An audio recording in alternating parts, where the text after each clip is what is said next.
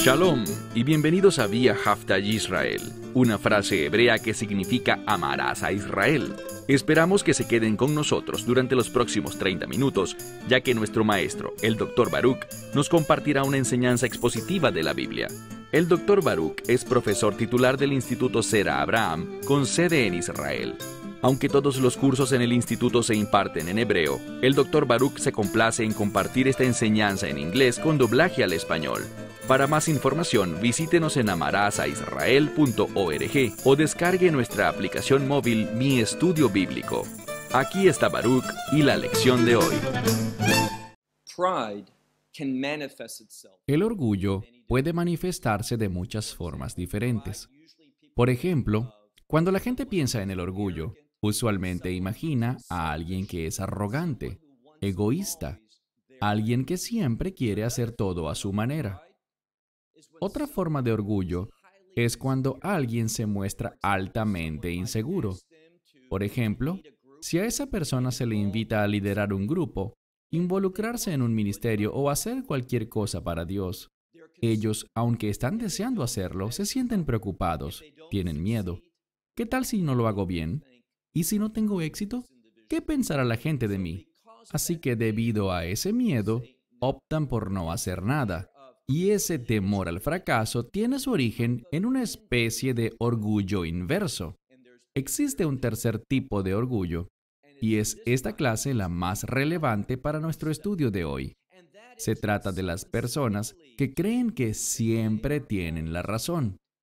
Puede que de verdad tengan el deseo de ayudar a alguien. Quizás no sean egoístas.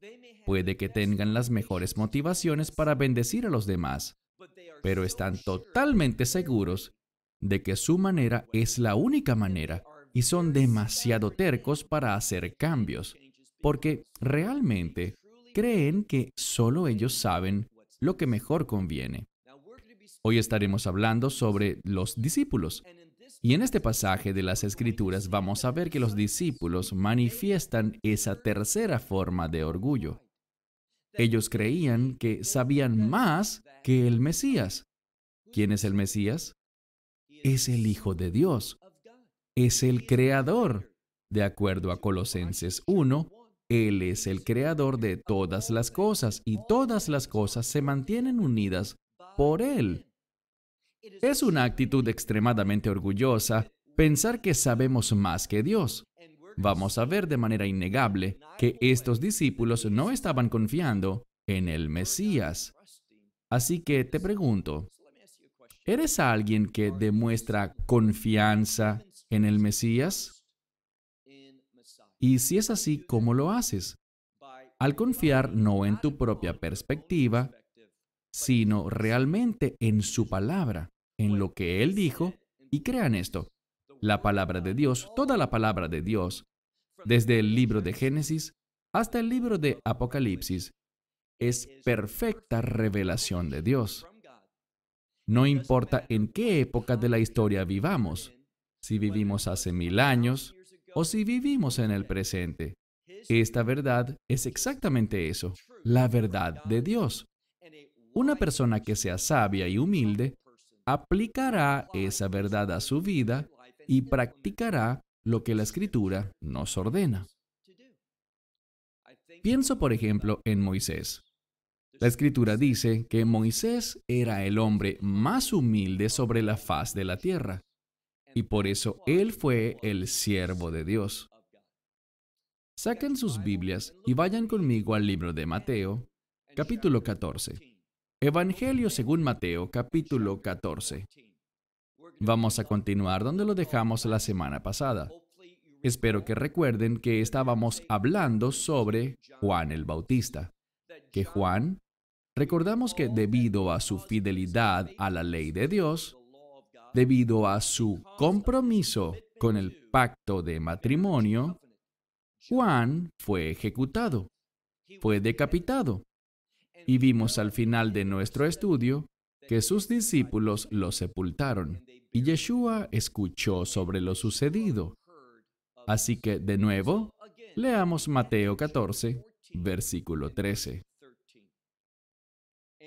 Y Yeshua, habiendo escuchado, se apartó de allí en una barca. Y presten atención, mucha atención. Quiero traducir esto con mucho cuidado. Dice que se retiró hacia un desierto, no hacia un lugar desierto a pesar de que lo era. Pero la palabra usada aquí para describir este lugar es un desierto. A veces esta misma palabra se traduce como yermo, lo que significa es un lugar muy árido, que está totalmente vacío y que no hay nada allí. No es un lugar que albergue vida. Es la misma palabra, por supuesto, esto está en griego, pero es la misma palabra utilizada para cuando los hijos de Israel, debido a su falta de fe, debido a que no aplicaron las instrucciones de Dios, debido a eso, ¿qué pasó? No pudieron entrar a la tierra prometida, no recibieron esas promesas, no experimentaron la buena tierra, quedaron atrapados en ese desierto, esa aridez, ese lugar vacío y desolado por 40 años, hasta que esa generación desobediente y sin fe pereció. Esto es lo que sucede cuando confiamos en nuestro propio entendimiento. Cuando pensamos que nuestra perspectiva es la única perspectiva correcta, en vez de escuchar y obedecer a Dios. Como dije, vamos a ver que los discípulos no se dieron cuenta, no demostraron, no manifestaron con sus palabras o acciones su fe en su amo, el mismísimo Hijo de Dios, el ungido, el Mesías Yeshua, Jesucristo. Él se retira, se sube a una barca y dice que él llega a este desierto y luego dice que estaba solo. Y cuando las multitudes lo oyeron, lo siguieron. Estas multitudes, una vez más lo recalco, está en plural. Eran muchos grupos diferentes que lo seguían. Y esto nos dice algo. Verás, las Escrituras quieren que sepamos que estos individuos, estas multitudes, conocían al Mesías, quien estuvo enseñándoles una y otra vez, y todos ellos, de verdad, todos ellos sabían también quién era Juan el Bautista. Ellos escucharon lo que le había sucedido y sabían que Yeshua se había retirado inmediatamente después de ese hecho. Cuando vemos el texto, apreciamos la conexión entre ese evento y su retirada. ¿Y qué hicieron las multitudes? Fueron a buscarle a él. Lo interesante es que él no se encontraba en un lugar muy popular. No era fácil tener acceso a donde él estaba. Él estaba solo en el desierto. Pero a pesar de ello, estas multitudes fueron a buscarle. Y viajaron, noten lo que dice, a pie desde las ciudades. Verso 14. Y Yeshua salió, y noten lo que dice. Él vio. Él vio la gran multitud. Y noten, Él los vio, y esta es una palabra para comprender. Es ver, percibir algo, entenderlo de la manera correcta. La Escritura dice que debido a esto, porque la siguiente palabra para ser movido por compasión está en pasivo, es decir, Yeshua fue movido por algo para tener compasión por este gran grupo de personas. Y creo que lo produjo es que ellos tenían interés en él. Ellos lo buscaron, ellos querían estar en su presencia. ¿Por qué? ¿Qué estaba haciendo él principalmente? Sí, y lo veremos una vez más. Él era un hacedor de milagros. Él sanaba, pero aquí está la clave. En su mayoría, lo que la Escritura enfatiza no son sus sanidades y milagros, sino sus enseñanzas. Cuando vemos este evento al que entraremos ahora, ¿de qué se trata? El único milagro, sacando la resurrección, el único milagro que Yeshua hizo y que está registrado en todos los 4 evangelios. y no es otro sino la alimentación de los 5,000. Lo que la Escritura nos enseña es lo siguiente. Estas personas acudieron a Él y Él les enseñaba. En los demás evangelios se dice que les enseñaba por largos periodos de tiempo. Las horas pasaban y nadie se iba. Nadie estaba preocupado por nada más que escucharlo a Él. Y déjame decirte algo. Eso es sabiduría. La mejor manera en la que puedes emplear tu tiempo es estudiando la palabra de Dios. Quizás digas que tienes una vida muy ocupada, que tienes numerosas obligaciones y compromisos que debes cumplir.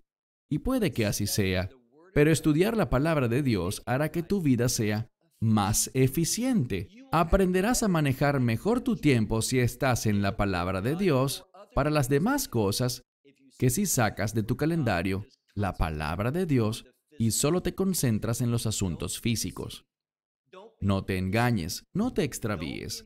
No seas una persona que no entiende que existe un requisito bíblico.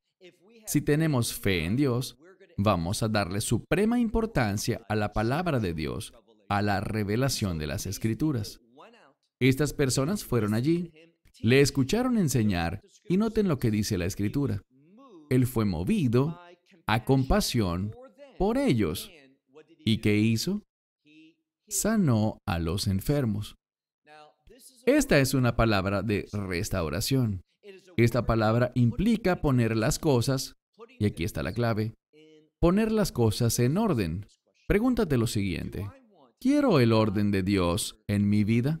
Quizás muchas personas apresuradamente digan, sí, lo quiero, pero ¿de verdad lo quieres? Porque si lo quieres, serás diligente a la hora de estudiar la palabra de Dios. Recuerdo esta oración muy conocida dentro del judaísmo y es llamada Shema. Es tomada de Deuteronomio capítulo 6, donde dice, escucha Israel, el Señor nuestro Dios, el Señor uno es. Y luego dice el mandamiento, ama al Señor tu Dios con todo tu corazón, alma, mente y fuerzas. Y lo interesante es que, aunque enfatiza los mandamientos, el primer mandamiento que nos deja es que le enseñemos a nuestros hijos diligentemente la palabra de Dios. Este es un gran consejo, no solo el enseñar a nuestros hijos e invertir en esta generación, sino aprender uno mismo la palabra de Dios. Esto implica y demuestra amor por Dios. Cuando lo haces, ¿cuál es el resultado? Aprender, estudiar diligentemente la palabra de Dios traerá el orden divino a tu vida. Las cosas se salen de su orden y tú necesitas un cambio. La palabra de Dios es un catalizador que trae cambios buenos a tu vida. Un cambio que te dará un testimonio piadoso y revelará a otros la gloria de Dios a través de tu conducta. La gente verá el liderazgo de Dios en tu vida. Entonces, Él sanó a los enfermos. Verso 15.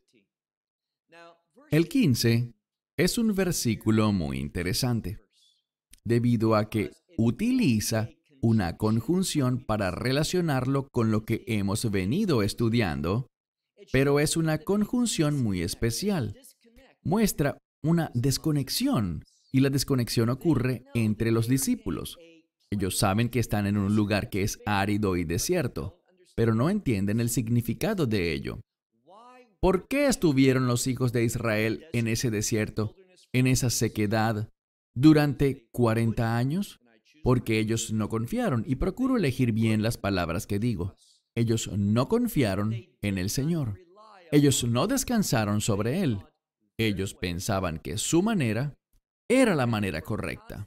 Y constantemente intentaban hacer que Dios obrara de la manera que ellos querían, lo cual es orgulloso, es tonto y conduce a una vida vacía, carente de todo y ausente de la actividad de Dios en tus circunstancias. Así que noten lo que dice versículo 15. Comienza con pero, esta conjunción de discontinuidad. Los discípulos no obtuvieron de esto lo que deberían. Dice, pero cuando anochecía, esto significa justo eso. No estamos hablando sobre el crepúsculo. No hablamos sobre el final de la tarde cuando aún se aprecia al sol brillar. La palabra aquí implica que es de noche, que ya estaba oscuro, que la oscuridad total estaba llegando. Noten lo que dice.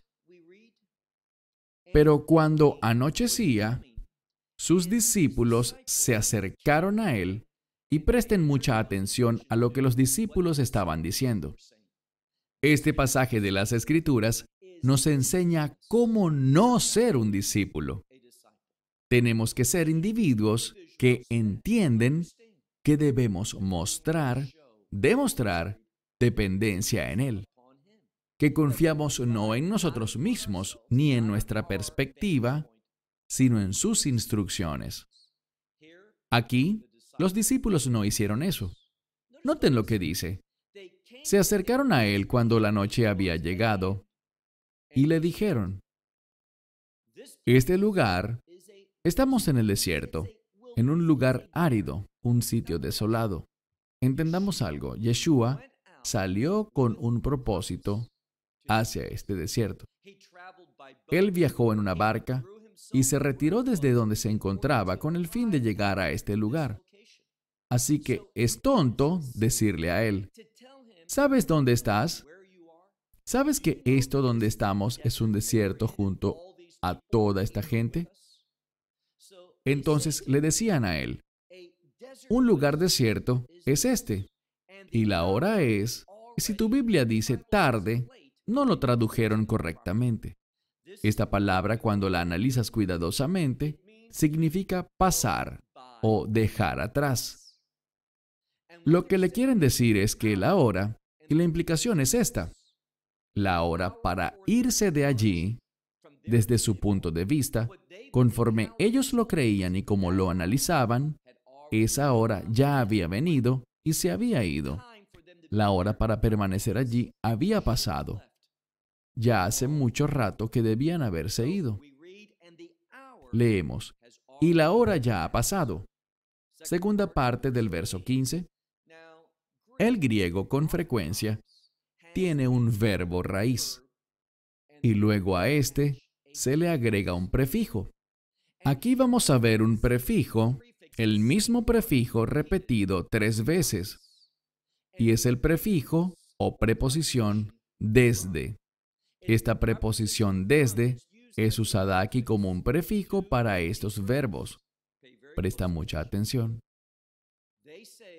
Ellos le dicen a Yeshua, despide a las multitudes. Literalmente, despide a las multitudes desde este lugar. ¿Para qué? Con el fin de que se vayan desde aquí. Entonces, envíalas desde este lugar para que se puedan ir desde este lugar hacia las aldeas, para que se puedan comprar algo de comer. ¿Qué pasa por sus mentes? Bien, es tarde. Vemos en los otros evangelios, en su relato de este mismo milagro, que ellos han estado allí por mucho tiempo y no han comido nada. Aunque nadie se estaba quejando. Nadie se quejaba menos ¿quiénes? Los discípulos. Y ellos de algún modo ya habían tenido suficiente de todo aquello. No querían más enseñanzas, solo querían que todos se fueran a sus casas para así poder comer. Ellos no estaban confiando en Él, sino que estaban enfocándose en sí mismos, en su necesidad de comer. Ellos pusieron lo físico por encima de lo espiritual. Nadie más estaba haciendo eso, solo los discípulos. Entonces, para que puedan irse a las aldeas y comprarse algo de comer. Verso 16. Y vemos esta misma conjunción que demuestra desconexión, algo en conflicto o en contraste. Yeshua los atrajo a este lugar. Ellos estaban allí por una razón, y por lo tanto dice verso 16, pero, y sé que muchas Biblias aquí colocan la conjunción y, pero la mejor traducción para demostrar el conflicto sería la conjunción pero. Pero Yeshua les respondió, y noten lo que les dijo. Ellos no tienen necesidad de irse. Y esta palabra para irse significa partir desde, retirarse de este lugar. Y esta es la cuarta vez, en un verso diferente, pero en esta misma sección, la cuarta vez que esa palabra desde, esta preposición, es usada. Él responde, ustedes dicen que debemos irnos desde aquí, desde este lugar, lejos, desde aquí. Pero agrega, desde mi perspectiva, ¿la perspectiva de quién? La perspectiva de Dios. No hay razón para irse de aquí. Él tiene un objetivo totalmente diferente. Y mi pregunta para ti es, ¿será esto lo que está pasando en tu vida? Que tienes una perspectiva y estás orando de una manera, pero Dios tiene algo totalmente diferente y tú estás chocando contra ello. Detente. Escucha su palabra. Busca su revelación para tu vida en las Escrituras. Si lo haces, habrá un cambio glorioso. ¿Tendrás problemas? Quizás hasta tengas más problemas, pero ¿sabes qué más experimentarás? El gozo del Señor. Y el gozo del Señor es tu fuerza. Tú tendrás el privilegio de vencer todas estas cosas, ser de testimonio, y la gente admitirá, sí, ellos tuvieron problemas, pero los han vencido. Ellos no se desanimaron, no se deprimieron, no se quejaron, nunca se quejaron. Jamás se quejaron, sino que confiaron, descansaron, dependieron de Dios. Y Dios, tal como dice David en los Salmos, Dios los libró de sus problemas. Entonces Yeshua dice, ellos no tienen ninguna necesidad de irse.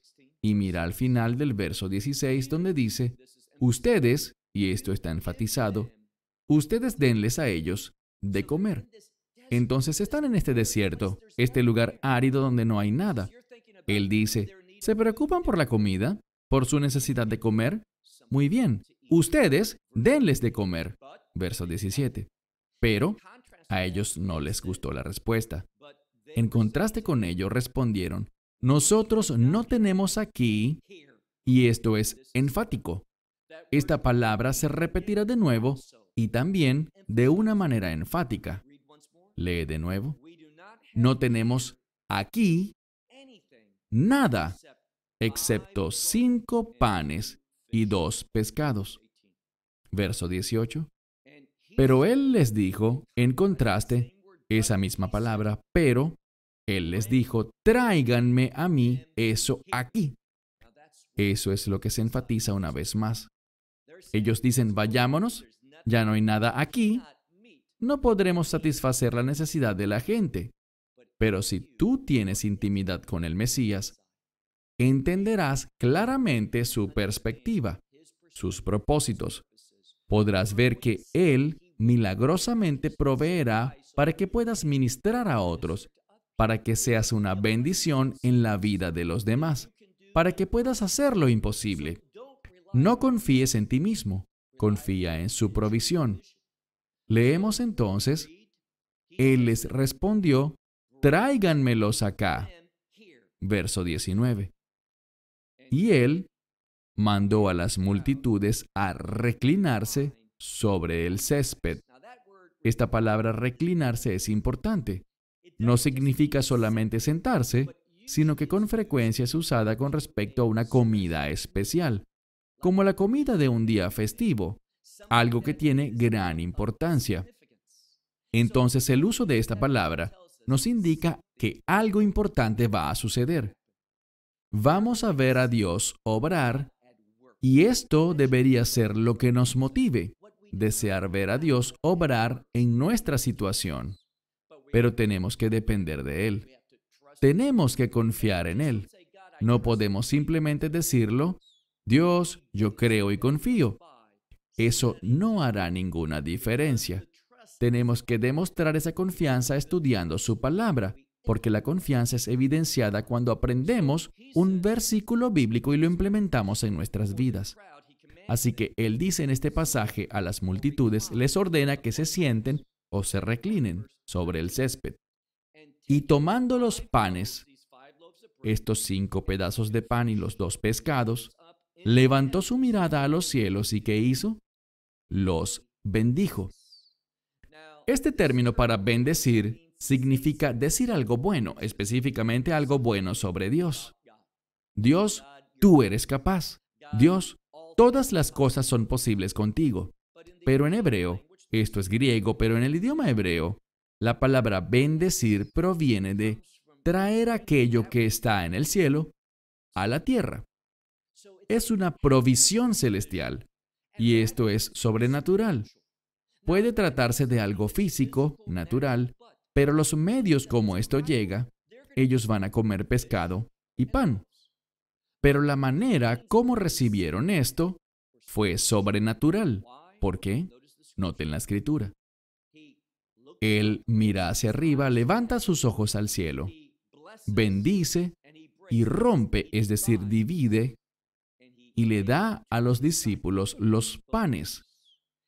Y los discípulos a la gente.